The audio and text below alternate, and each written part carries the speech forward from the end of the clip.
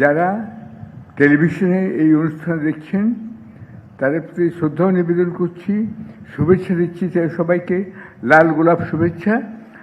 বিশেষ করে বিভিন্ন মহাদেশে এই অনুষ্ঠান যারা দেখছেন এবং যারা আগামী নির্বাচনে জীবনে প্রথমবারের মতো ভোট দিতে যাচ্ছেন তাদেরকে একটু চিন্তা করতে বলবো।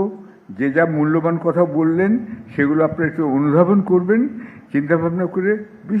আরও বিশেষ করে তরুণ সমাজকে অনুরোধ করব, আপনারা জীবনে প্রথমবার ভোট দেওয়ার আগে এই অনুষ্ঠানের বক্তব্যগুলো একটু সার্বিকভাবে বিবেচনা করবেন।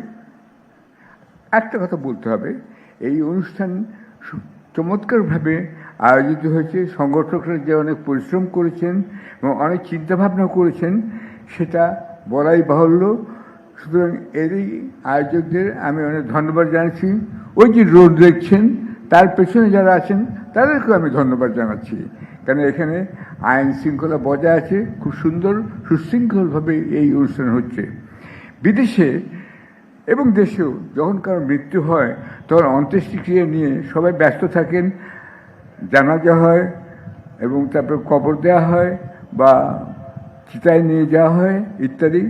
তখন তার ফলে যারা আজকে এখানে এসছেন তারা বলার সুযোগ পান না।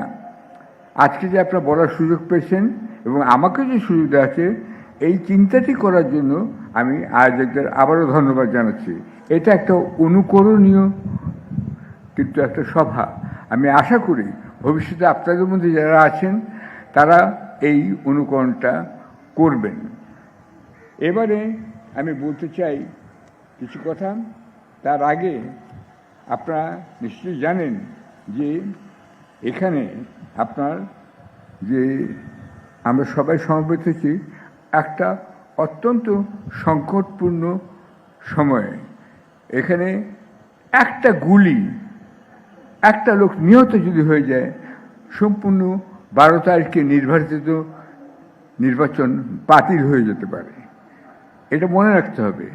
সুতরাং আমরা অত্যন্ত ভাবাবেগ আপ্লুত জাতি এবং আমরা অনেক সময় যুক্তিতর্কের ঊর্ধ্বে চলে যাই। আমরা বিবেকের কথা মানি না, আমরা আবেগের কথা তখন চলি। সেটা মনে রাখবেন, যে করেই হোক 12ই ফেব্রুয়ারির নির্বাচন যেন হয়। এবং সেজন্য ডক্টর ইউনূস সবাইকে গ্যারান্টি দিচ্ছেন এবং বারবার বলছেন যে ওই নির্বাচন হবে একটা আনন্দমুখর উৎসবের দিন।